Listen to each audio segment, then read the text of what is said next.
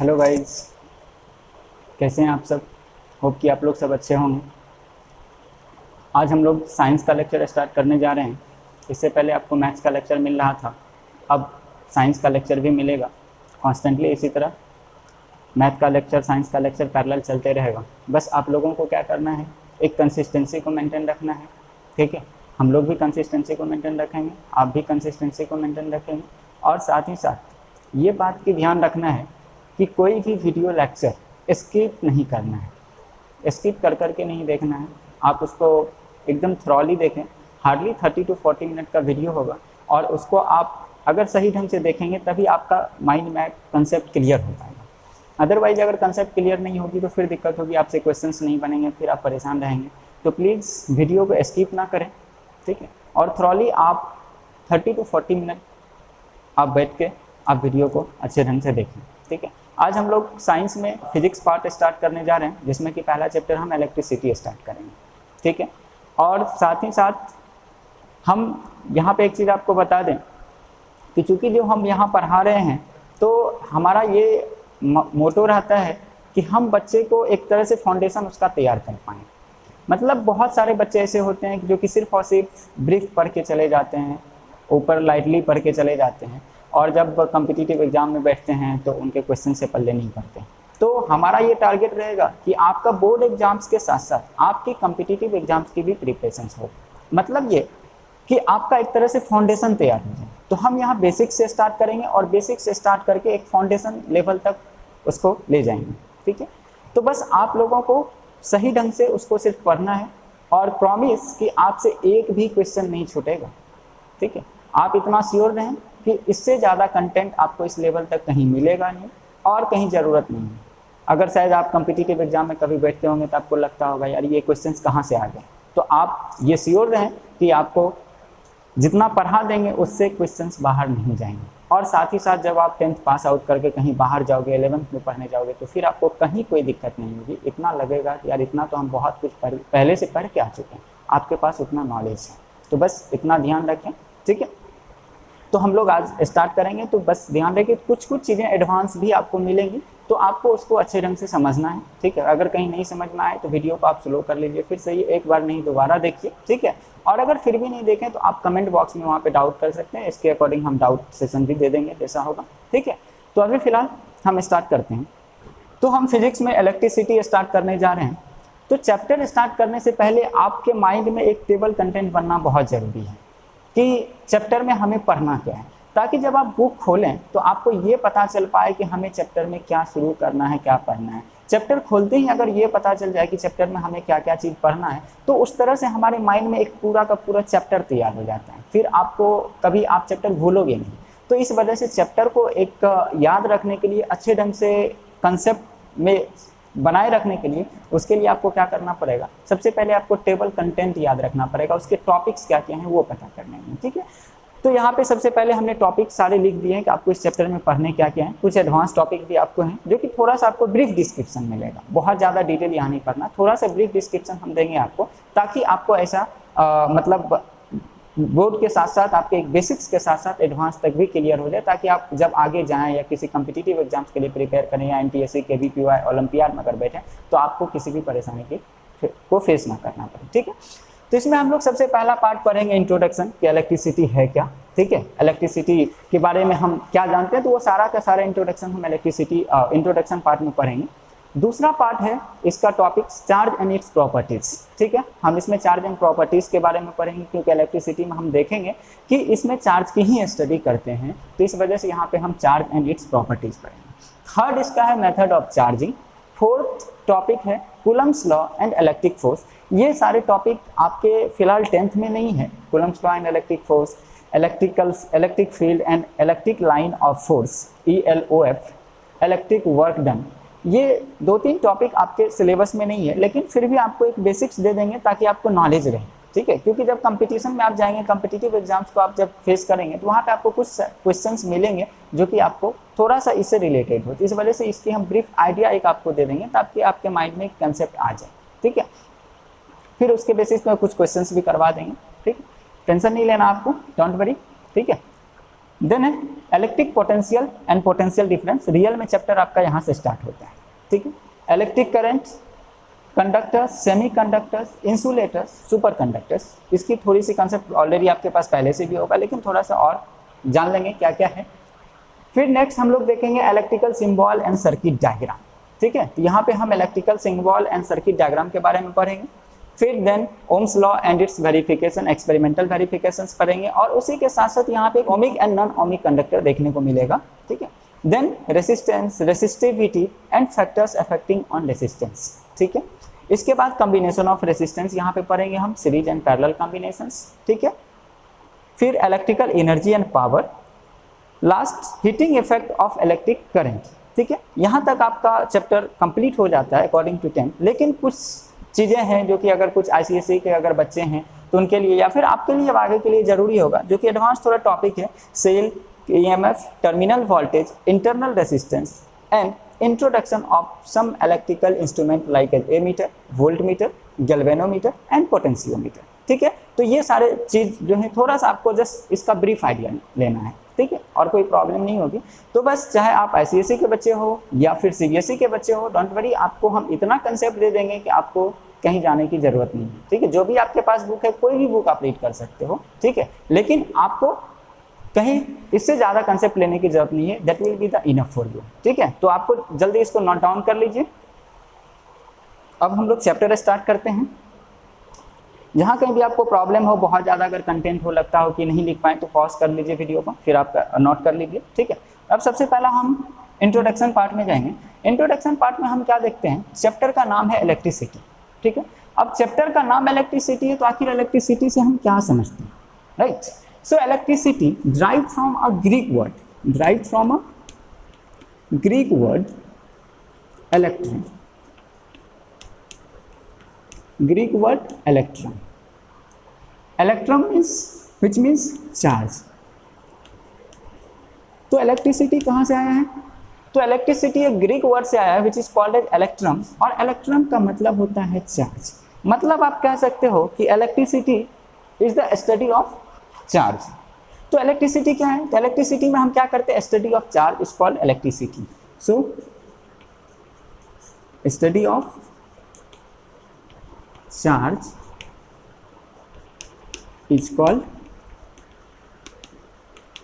Electricity. तो हम लोग इलेक्ट्रिसिटी में क्या करेंगे, चार्ज की स्टडी करेंगे, समझ गए, and its effect, and its effect, ठीक है। इसी को हम क्या कहेंगे, इलेक्ट्रिसिटी। मतलब आप डिफाइन कर सकते हो इलेक्ट्रिसिटी को, अगर हम डिफाइन करें तो आप कह सकते हो it is the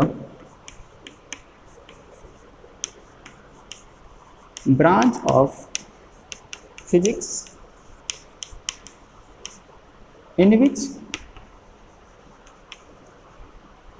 we study about charge and its effect, charge and its effect, ठीक है। तो हम लोग इलेक्ट्रिसिटी में क्या करेंगे, इलेक्ट्रिसिटी फिजिक्स का वो ब्रांच है जिसमें कि हम क्या करते हैं, चार्ज के बारे में स्टडी करते हैं, इट्स इफेक्ट, ठीक है। आगे देखेंगे कि चार्ज का क्या क्या इफेक्ट हो सकता है, इलेक्ट्रिकल इफेक्ट होता है, फिर मैग्नेटिक इफेक्ट भी देखने को मिलेगा। तो ये सारी चीज़ें हम कहाँ स्टडी करेंगे, इलेक्ट्रिसिटी में, राइट। नाउ अब हम लोग देखेंगे कि इलेक्ट्रिसिटी को कितने पार्ट में डिवाइड किया जाता है, क्योंकि जब चार्ज की स्टडी करेंगे तो चार्ज हो सकता है रेस्ट में भी हो, चार्ज हो सकता है मोशन में भी। पहले इसको आप नोट डाउन कर लीजिए। तो इलेक्ट्रिसिटी का मतलब क्या है, यहाँ पे हम स्टडी ऑफ चार्ज करते हैं, राइट। चार्ज को हम दिखाएंगे क्यू से, कैपिटल क्यू या स्मॉल क्यू, कुछ भी हम ले सकते हैं। स्टडी ऑफ चार्ज हो सकता है कि चार्ज आपका रेस्ट में हो, क्यू रेस्ट, और हो सकता है कि चार्ज आपका मोशन में हो, okay. If we study about the rest charge, then it is said to be the electrostatics, electrostatics. So electrostatics means what? Electrostatics means the branch of electricity in which we study about the rest charge. Means electrostatics deals with the study of rest charge. So this is electrostatics. Next, study of the motional charge, and motion means dynamics. Motion means dynamics. That's why this branch is said to be electrodynamics. Electrodynamics means electrodynamics में हम क्या करेंगे? Study of motional charge. Study of motional charge, यहाँ पे हम motional charge की study करेंगे। अब जब हम चार्ज की मोशन के फॉर्म स्टडी करेंगे तो आप 9th में पढ़े हुए कि मोशन दो टाइप के होते हैं, one uniform motion and other one is the non uniform motion. Uniform motion में क्या होता है? स्पीड कांस्टेंट होता है, वेलोसिटी कांस्टेंट होता है और एक्सेलरेशन 0 होगा। लेकिन नॉन यूनिफॉर्म मोशन में क्या होता है? वेलोसिटी वेरिएबल होता है, इस वजह से उसमें एक्सेलरेशन होता है। ठीक है, तो अब यहाँ पे हम इलेक्ट्रोडायनामिक्स को भी फर्दर दो पार्ट में डिवाइड करते हैं। एक, जब चार्ज यूनिफॉर्म मोशन में होगा। चार्ज किस में होगा? यूनिफॉर्म मोशन में। यूनिफॉर्म मोशन का क्या मतलब है? यहाँ पे वेलोसिटी क्या होने हैं? कांस्टेंट होने हैं और एक्सेलरेशन क्या होने हैं? 0 होने हैं। ठीक है, तो यहाँ पे यूनिफॉर्म मोशन होगा। और दूसरा एक होता है जब हम चार्ज को नॉन यूनिफॉर्म मोशन में स्टडी करेंगे। नॉन यूनिफॉर्म मोशन का क्या मतलब है? नॉन यूनिफॉर्म मोशन का मतलब है कि v आपका कांस्टेंट नहीं होगा और एक्सेलरेशन 0 नहीं होगा। तो इस कंडीशन को हम नॉन यूनिफॉर्म मोशन बोलेंगे। ठीक है, अब देखो कि जब हम यहाँ पे नॉन यूनिफॉर्म मोशन और मोशंस की बात करें तो जब मोशंस में यूनिफॉर्म मोशंस में होगा यहाँ पे हमें दो चीज़ देखने को मिलेगा। क्या क्या देखने को मिलेगा? यहाँ पे हम लोग पढ़ेंगे इलेक्ट्रिक करंट और दूसरा मैग्नेटिक इफेक्ट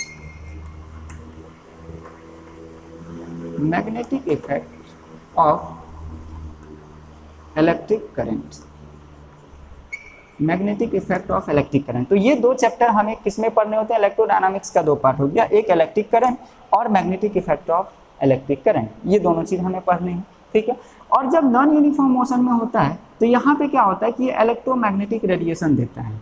इलेक्ट्रोमैग्नेटिक रेडिएशन, समझ गए? तो बस ये हमारे ब्रीफ डिस्क्रिप्शंस है।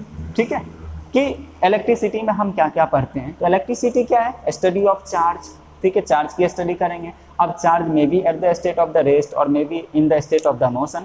तो हम स्टडी रेस्ट चार्ज के बारे में स्टडी करेंगे और मोशनल चार्ज के भी बारे में स्टडी करेंगे। जब रेस्ट चार्ज के बारे में स्टडी करेंगे तो उस ब्रांच को हम नाम देंगे इलेक्ट्रोस्टैटिक्स। तो electrostatics is the branch of electricity which deals about the study of rest charge when charge is at rest. Now electrodynamics, dynamics मतलब व्हाट? डायनामिक्स मतलब मोशन। मतलब यहाँ पे हम क्या करेंगे? मोशनल चार्ज के बारे में स्टडी करेंगे, मूविंग चार्ज के बारे में। यहाँ चार्ज मूव कर रहा होगा। ठीक है, जब चार्ज मूव करता है तो यहाँ पे दो तरह के मोशंस हो जाते हैं। एक यूनिफॉर्म मोशन में उसका स्पीड या वेलोसिटी कांस्टेंट हो जाएगा और एक्सेलरेशन 0 हो जाएगा। लेकिन नॉन यूनिफॉर्म मोशन में वेलोसिटी कांस्टेंट नहीं होता, इसलिए उसमें एक्सेलरेशन 0 नहीं होता, वो एक्सेलरेटेड मोशन हो जाता है, जिसको हम नॉन यूनिफॉर्म मोशन बोलेंगे।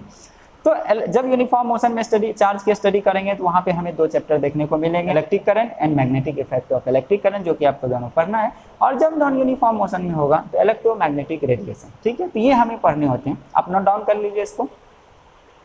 इंट्रोडक्शन पार्ट यहाँ पे खत्म होता है। यहीं पे अब हमें क्या इलेक्ट्रिसिटी पढ़नी थी, इलेक्ट्रिसिटी क्या होती है, इसके बारे में हम लोग जान लिए। अब हमें देखना है चार्ज क्या होता है, क्योंकि हम इलेक्ट्रिसिटी में चार्ज की स्टडी करते हैं। तो अब हमें फोकस करना है कि चार्ज होता क्या है। Now we are going to study the charge.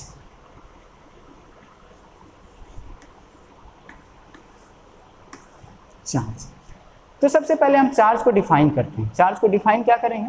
तो कहते हैं कि charge is the property of matter of a substance. किसी भी मैटर या सब्सटेंस की वह प्रॉपर्टी है due to which it produces as well as experiences the electrical effect as well as magnetic effect. ठीक है, तो चार्ज किसी भी मैटर का वह प्रॉपर्टी है जिसके कारण कि ये इलेक्ट्रिकल इफेक्ट साथ ही साथ मैग्नेटिक इफेक्ट एक्सपीरियंस भी करता है और प्रोड्यूस भी करता है। So that is called as charge. तो चार्ज को हम इस तरह से डिफाइन करेंगे,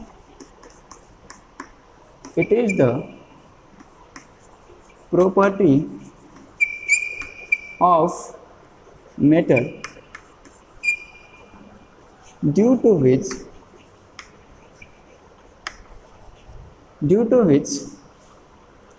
it produces or experiences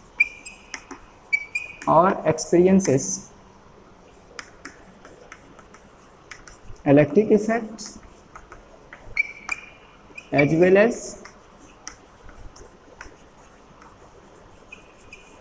magnetic effect। तो अभी हम देखेंगे, पहले भी हम बता दिए इंट्रोडक्शन में भी कि जब चार्ज हमारा रेस्ट में होता है तो वहाँ पे इलेक्ट्रिक फील्ड इलेक्ट्रोस्टैटिक्स में हम पढ़ेंगे, और जब चार्ज मोशन में होगा तो करंट की स्टडी करेंगे। तो बस इसी तरह यहाँ पे क्या होता है कि जब चार्ज मोशन में होता है तो वो इलेक्ट्रिक इफेक्ट के साथ साथ मैग्नेटिक इफेक्ट भी प्रोड्यूस करता है। इसीलिए चार्ज वैसा प्रॉपर्टी है किसी भी मैटर का जिसके कारण कि वो मैटर इलेक्ट्रिक इफेक्ट साथ में मैग्नेटिक इफेक्ट भी प्रोड्यूस करता है, और प्रोड्यूस करने के साथ साथ एक्सपीरियंस भी करता है। So this is called as charge. समझ गया? और ये चार्ज जो होता है ये इंट्रिंसिक प्रॉपर्टी होता है। It is intrinsic property. Intrinsic property का क्या मतलब है? इंट्रिंसिक प्रॉपर्टी का मतलब है कि ये मैटर का अपना प्रॉपर्टी होता है, right? Fundamental property, basic property होता है। ये क्या होता है कि एक बेसिक इंट्रिंसिक प्रॉपर्टी होता है चार्ज का, ठीक है? इसका सिंबल, हम सिंबल कैसे यूज करेंगे, चार्ज को कैसे दिखाएंगे? तो सिंबल जो होता है या तो आपका कैपिटल Q यूज करेंगे और स्मॉल q यूज करेंगे। तो ये हो गया सिंबल ऑफ चार्ज। यूनिट की अगर हम बात करें तो यूनिट्स में सबसे पहला हम SI यूनिट देखते हैं। SI यूनिट होता है इसका कूलम। SI यूनिट क्या होगा? कूलम, जिसको हम C से दिखाते हैं, और ये होता है एम्पियर इंटू सेकेंड। जब हम करंट का डेफिनेशन पढ़ेंगे तो वहाँ पे देखेंगे कि coulomb equal two ampere into second कैसे होता है, ठीक है? कुछ स्मॉलर यूनिट भी होते हैं।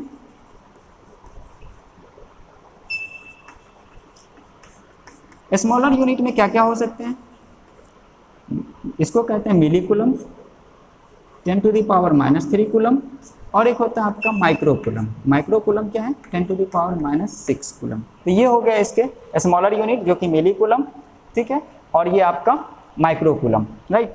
तो SI यूनिट कूलम्स जो कि एम्पियर इंटू सेकेंड होता है। Smaller unit milli coulomb and micro coulomb कुछ भी यूज किया जा सकता है। मिली कूलम मीन्स 10⁻³ कूलम, और अगर कहीं माइक्रो कूलम हो that will be equal to the 10⁻⁶ coulomb, right? पहले आप इसको नोट डाउन कर लीजिए। अब आइए देखते हैं इसके सीजीएस यूनिट।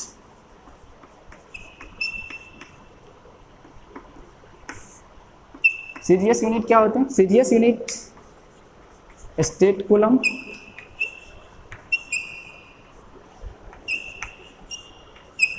EMU का मतलब है इलेक्ट्रो मैग्नेटिक यूनिट, जो कि मैग्नेटिज्म में यूज होता है। ESU electro static unit, right? So the CGS unit, CGS means what?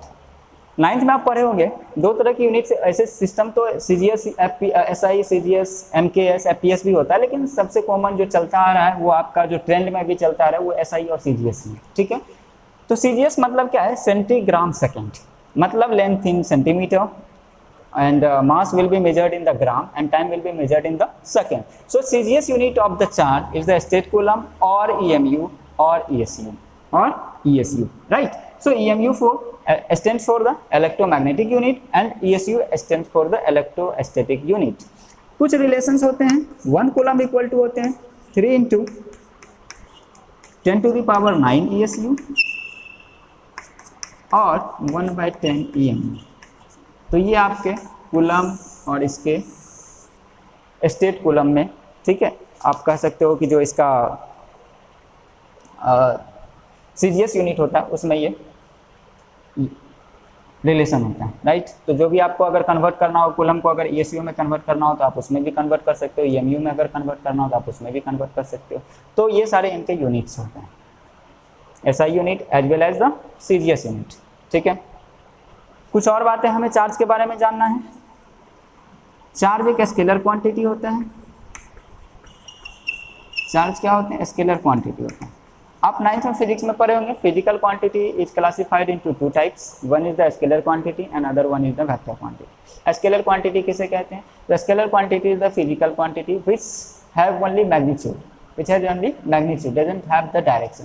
तो जिसके पास डायरेक्शन नहीं होता है, सिर्फ और सिर्फ मैग्नीट्यूड होता है, that is called as scalar quantity. जैसे अगर हम बात करें लेंथ, तो लेंथ क्या है? हम कहते हैं लेंथ 5 सेंटीमीटर है, 10 सेंटीमीटर है, बट हम ये नहीं पूछते कि ये लेंथ 10 सेंटीमीटर या 5 सेंटीमीटर किस डायरेक्शन में है, राइट। तो बस सिर्फ वहाँ पे हम मेजरमेंट बता देते हैं कि इसका लेंथ 5 सेंटीमीटर या 10 सेंटीमीटर। इस तरह से कोई भी क्वांटिटी जिसमें कि सिर्फ और सिर्फ मैग्नीट्यूड हो, वहाँ पे डायरेक्शन की अगर डिस्कशन नहीं होती है, डायरेक्शन के बारे में अगर नहीं पूछा जाता, that is called as scalar quantity. But the quantity which have the direction as well as the magnitude, तो मैग्नीट्यूड के साथ साथ वहाँ पे डायरेक्शन भी हो तो उस क्वांटिटी को हम वेक्टर क्वांटिटी कहेंगे। चार्ज के साथ सिर्फ मैग्नीट्यूड होता है, 5 कूलम 10 कूलम, यहाँ पे हम ये नहीं कहते हैं 5 कूलम किस डायरेक्शन में, 10 कूलम किस डायरेक्शन में। तो यहाँ पे सिर्फ और सिर्फ हम क्या देखेंगे कि सिर्फ इसके पास मैग्नीट्यूड होता है, that's why charge is the scalar quantity, right. Now कि चार्ज अब क्या क्या प्रोड्यूस कर सकता है, ठीक है। तो अभी हम लोग देखे थे डेफिनेशन में, तो it produces electric field, electric field, electric field को हम लोग दिखाएंगे ई से, मैग्नेटिक फील्ड भी, मैग्नेटिक फील्ड को दिखाया जाता है बी से, capital B, and electromagnetic radiation, and electromagnetic radiation EM radiation कहते हैं। तो ये इलेक्ट्रिक चार्ज प्रोड्यूस करता है, इलेक्ट्रिक फील्ड प्रोड्यूस करेगा, मैग्नेटिक फील्ड प्रोड्यूस करेगा, ईएम रेडिएशन प्रोड्यूस करते हैं, ठीक है। देखते हैं कैसे, फर्स्ट नोट डाउन करिए। अब देखिए, जब चार्ज रेस्ट में रहेगी, चार्ज जब रेस्ट में हो तो ये सिर्फ और सिर्फ इलेक्ट्रिक फील्ड प्रोड्यूस करता है, प्रोड्यूसेस ओनली इलेक्ट्रिक फील्ड। ये क्या है? Electric field. अभी हम दिखा दिए थे, इलेक्ट्रिक फील्ड को हम इसे डिनोट करेंगे। जब चार्ज मोशन में हो तो ये क्या करेगा? ये प्रोड्यूस करेगा ई एंड बी बोथ। मतलब क्या हो गया? ये इलेक्ट्रिक फील्ड और ये क्या है? मैग्नेटिक फील्ड, ठीक है। तो जब चार्ज मोशन में होगा तो इलेक्ट्रिक फील्ड भी प्रोड्यूस करेगा और मैग्नेटिक फील्ड भी प्रोड्यूस करेगा। लेकिन यहाँ पे चार मोशन जो है, ये कौन सा मोशन है? तो यूनिफॉर्म मोशन है। यूनिफॉर्म मोशन का मतलब क्या है? v कांस्टेंट है, v कांस्टेंट है और एक्सेलरेशन क्या है? यहाँ पे 0 है। तो ये कौन सा मोशन है? Uniform motion. तो जब चार्ज मोशन में होगा तो यहाँ पे electric field as well as magnetic field दोनों प्रोड्यूस करेगा। लेकिन जब चार्ज रेस्ट में हो तो वहाँ पे सिर्फ और सिर्फ इलेक्ट्रिकल इफेक्ट प्रोड्यूस करेगा, वहाँ पे मैग्नेटिक इफेक्ट प्रोड्यूस नहीं करेगा। जब चार्ज आपका मोशन में होता है तो मोशन दो तरह के, uniform motion, non uniform motion. अब यहाँ पे चार्ज मोशन में तो होगा, लेकिन यहाँ पे कैसा मोशन होगा? तो यहाँ पे नॉन यूनिफॉर्म मोशन होगा, NUM मतलब नॉन यूनिफॉर्म मोशन। यहाँ पे भी हमारा कांस्टेंट नहीं होगा, भी कांस्टेंट नहीं होगा, मतलब एक्सेलरेशन यहाँ पे अब 0 नहीं होगा। तो ऐसे मोशंस को कहते हैं नॉन यूनिफॉर्म मोशन। इस कंडीशन में ये क्या क्या प्रोड्यूस कर सकता है? तो produces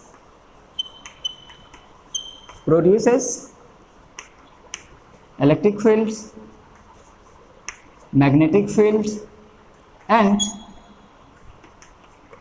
electromagnetic radiation, electromagnetic radiation. समझ गए? तो ये चार्ज है कि चार्ज क्या क्या प्रोड्यूस कर सकता है। चार्ज जब रेस्ट में होगा तो सिर्फ और सिर्फ इलेक्ट्रिक फील्ड प्रोड्यूस करेगा। जब चार्ज मोशन में होगा और वो भी यूनिफॉर्म मोशन में, मतलब भी कांस्टेंट होगा और एक्सेलरेशन 0 होगा, तो उस कंडीशन में ये electric field as well as magnetic field दोनों ही प्रोड्यूस करेंगे। एंड जब चार्ज मोशन में हो but non uniform motion means velocity constant और acceleration doesn't equal to the 0, then it produces electric field, magnetic field as well as the electromagnetic radiation, right. So इस वजह से हम electricity में जो हम देखे चार्ज की जो डेफिनेशन पढ़े थे, वहाँ पे क्या था कि charge is the property of matter due to which it produces और experiences electrical effect as well as the magnetic effect. तो यहाँ पे इलेक्ट्रिकल इफेक्ट और मैग्नेटिक इफेक्ट भी प्रोड्यूस होता है, इस वजह से चार्ज को हम इसी तरह से डिफाइन किए थे। नोट डाउन करिए। अब हम लोग टाइप्स ऑफ चार्ज देखते हैं।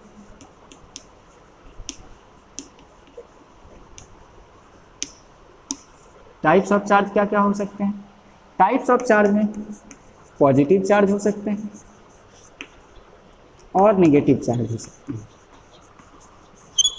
तो मेनली दो ही तरह के चार्ज होते हैं, positive charge and negative charge.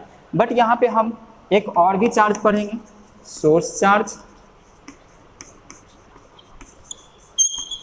And test charge. ये कुछ खास नहीं है, बस ऐसे नाम दे दिया गया है। सोर्स चार्ज का मतलब होगा ये क्या करता है, इफेक्ट प्रोड्यूस करता है, प्रोड्यूस इलेक्ट्रिक इफेक्ट और मैग्नेटिक इफेक्ट भी कह सकते हो, मैग्नेटिक इफेक्ट, राइट। और ये क्या करता है, एक्सपीरियंसेस द इफेक्ट। तो ऐसे सोर्स चार्ज भी एक्सपीरियंस करता है, बट यहाँ पे जो चार्ज को एक्सपीरियंस करने के लिए, उसके इफेक्ट को एक्सपीरियंस करने के लिए एक यूज किया जाता है चार्ज, जिसको हम यहाँ पे टेस्ट चार्ज बोलते हैं। टेस्ट चार्ज इसलिए कि किसी भी चीज़ को टेस्ट करने के लिए, ये टेस्ट करने के लिए दिया जाता है, यूज किया जाता है कि इलेक्ट्रिक फील्ड है या नहीं है। तो इस वजह से इसको नाम क्या दिया गया है, टेस्ट चार्ज। तो ये कहाँ यूज होता है, used in experiment, used in experiment. तो एक्सपेरिमेंट में ये यूज होता है किसी भी इलेक्ट्रिक फील्ड को डिटेक्ट करने के लिए कि इस रीजन में इलेक्ट्रिक फील्ड है या नहीं है, ठीक है। तो यही है आपका टेस्ट चार्ज। सोर्स चार्ज को हम दिखाएंगे कैपिटल Q से, और टेस्ट चार्ज को जनरली स्मॉल q से दिखाते हैं, या फिर कभी कभी आपका QT भी दिखाया जाता है, QT, ठीक है। तो QT का मतलब क्या हो गया, टेस्ट चार्ज, या फिर अगर स्मॉल q हो तो इसका मतलब आप समझ जाना टेस्ट चार्ज, ठीक है। तो हम जनरली कैपिटल Q और स्मॉल q रिप्रेजेंट करेंगे। तो कैपिटल Q का मतलब सोर्स चार्ज जो कि इलेक्ट्रिक इफेक्ट प्रोड्यूस करेगा, एंड QT का मतलब test charge which is the test charge used to detect the electric field in the region. So ये आपके टाइप्स ऑफ चार्जेस हो गए। टाइप्स ऑफ चार्ज के बाद अब हम आगे बढ़ते हैं properties of charge. Now we are going to study the properties of charge. Properties of charge. So what are the property of charges? तो चार्ज का क्या क्या प्रॉपर्टीज होता है? सबसे पहला प्रॉपर्टीज तो हम लोग कहते हैं कि like charge repels each other,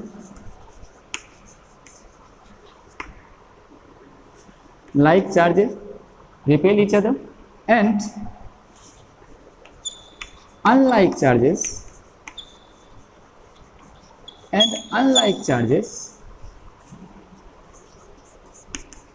attract each other,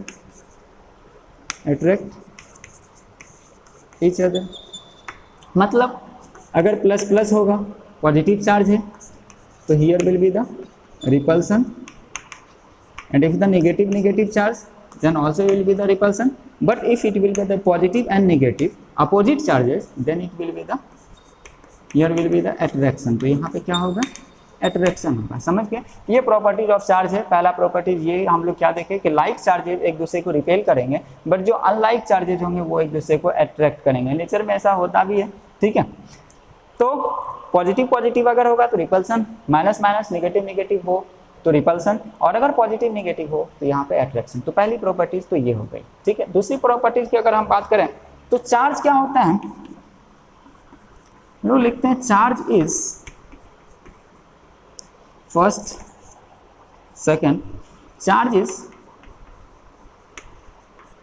associated with mass. Charge is associated with mass, means that is charge can't exist without mass। तो चार्ज विदाउट मास का एग्जिस्ट नहीं करता है। अगर चार्ज है तो वहां पे मास होगा ही होगा, ठीक है। चार्ज ने 7 जन्मों जन्म तक मास का साथ निभाने का कसम खाया है कि मास के बिना चार्ज का एग्जिस्टेंस हो ही नहीं सकता।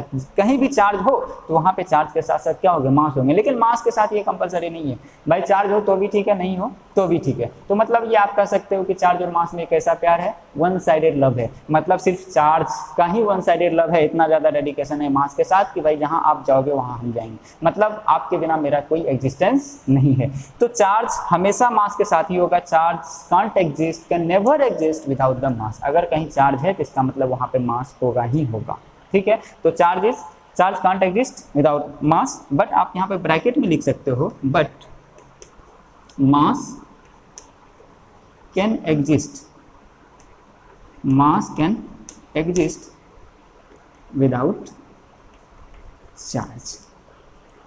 ठीक है, तो मास क्या कर सकता है, चार्ज के बिना भी एग्जिस्ट कर सकता है, लेकिन चार्ज बिना मास का एग्जिस्ट नहीं करेगा। नोट डाउन करिए। थर्ड प्रॉपर्टीज में हम लोग आते हैं, charge is transferable, charge is transferable. ठीक है, means that is charge can B transferred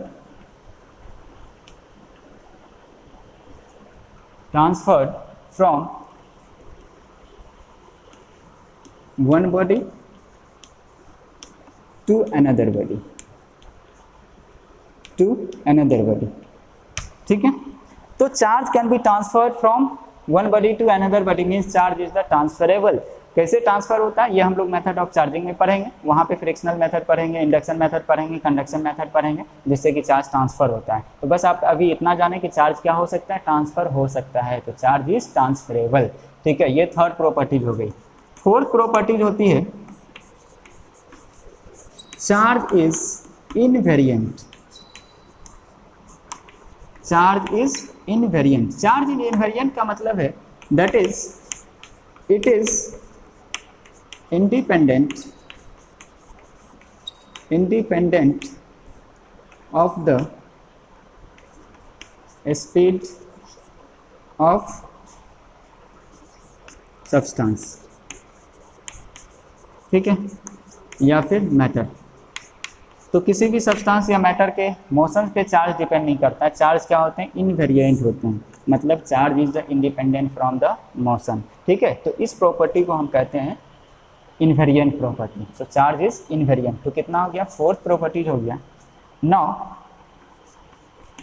fifth properties हम लोग पढ़ते हैं conservation of charge,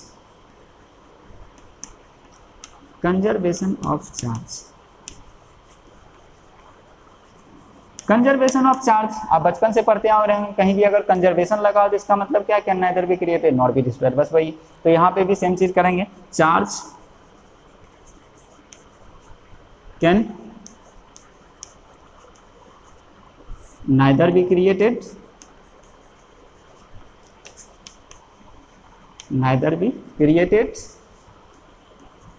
nor be destroyed, यही क्या है, कंजर्वेशन ऑफ चार्ज है। मतलब चार्ज क्या होते हैं, कंजर्व्ड रहते हैं। चार्ज क्या होते हैं, कंजर्व्ड रहते हैं, means it can neither be created nor be destroyed. तो चार्ज को हम ना तो क्रिएट कर सकते हैं ना ही डिस्ट्रॉय कर सकते हैं, only it can be transferred from one body to another body. तो ये इसके फिफ्थ प्रॉपर्टीज हो गए कि charge is conserve, charge remains conserve. ठीक है, और आप इसको ऐसे भी कह सकते हो, और इन एन आइसोलेटेड सिस्टम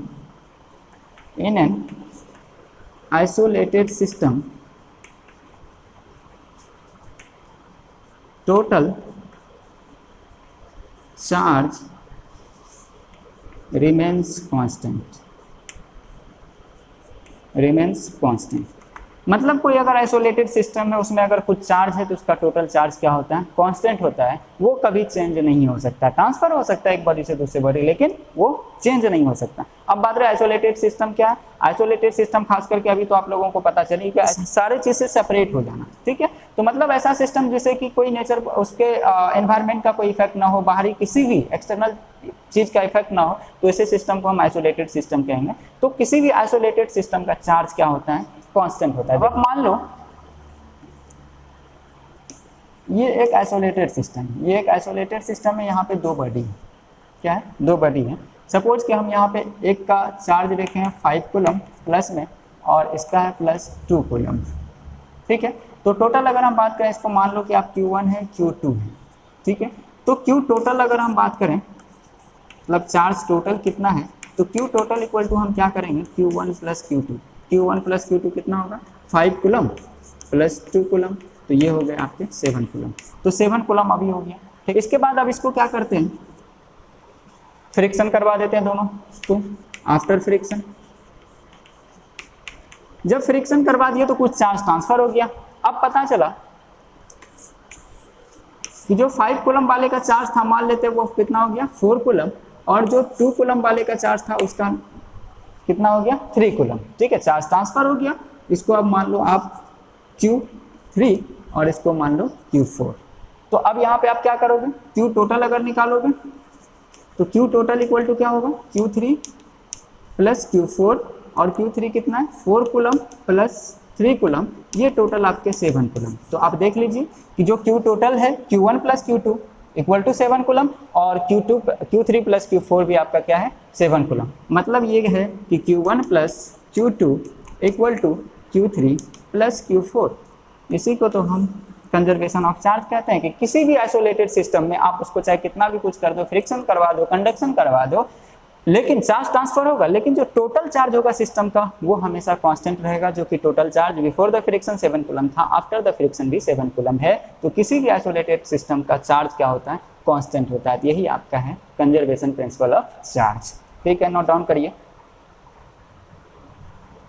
एक इसका मोस्ट इंपॉर्टेंट प्रॉपर्टीज है, 5th प्रॉपर्टीज होगा शायद, quantization of charge.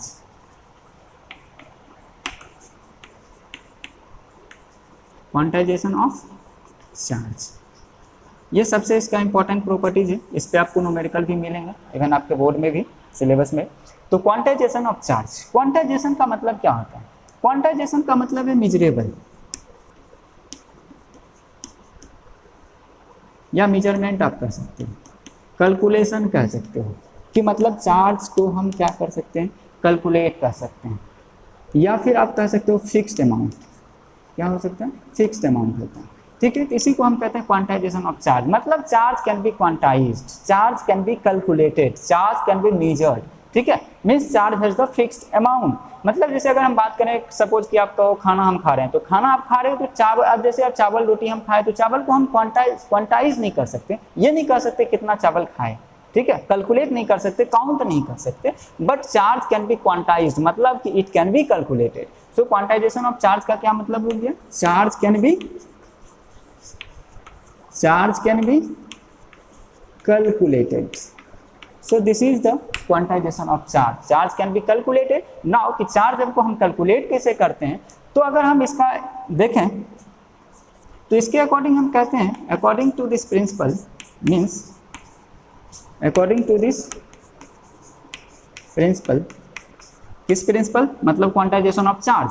So according to the quantization of charge, charge is the integral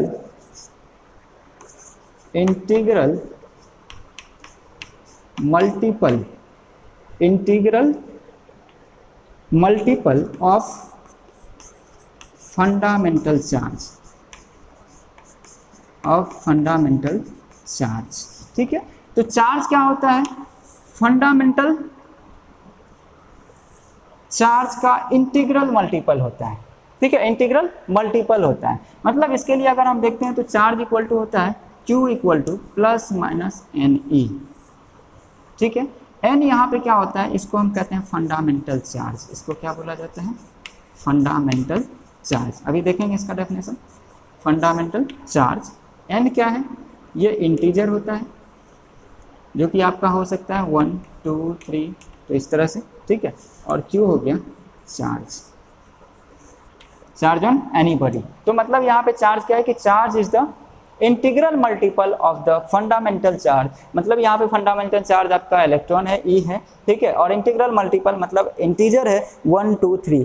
कहने का मतलब आप कह सकते हो कि चार्ज, यहाँ पे अगर हम पॉजिटिव चार्ज की बात करें तो पॉजिटिव चार्ज में आपका हो सकता है यहाँ पे +1E हो सकता है, +2E हो सकता है, +3E हो सकता है। तो इस तरह से चलता जाएगा। अगर हम नेगेटिव चार्ज की बात करें तो नेगेटिव चार्ज में -1E हो सकता है, -2E हो सकता है, -3E हो सकता है, इस तरह से। तो मतलब अगर हम किसी भी बॉडी पे चार्ज पता करें कि चार्ज कितना है, तो हम वहाँ कह सकते हैं कि 1E चार्ज है या 2E चार्ज है, 3E चार्ज है। मतलब जब भी ये जाएगा ना तो मल्टीपल इंटीग्रल मल्टीपल, इंटीजर के मल्टीपल में जाएगा, 1e 2e हो सकता है, ठीक है। इसी तरह अगर हम नेगेटिव की बात करें तो -1e -2e, ठीक है। तो बस इसी वजह से यहाँ पे दिया जाता है q equal to plus minus n e, ठीक है। तो पॉजिटिव भी चार्ज हो सकता है, नेगेटिव भी चार्ज हो सकता है, and n is the integer, ठीक है, and e is the fundamental charge. Now fundamental charge की भी डेफिनेशन लिख लेते हैं, नोट डाउन कर लीजिए इसको। फंडामेंटल चार्ज क्या होते हैं?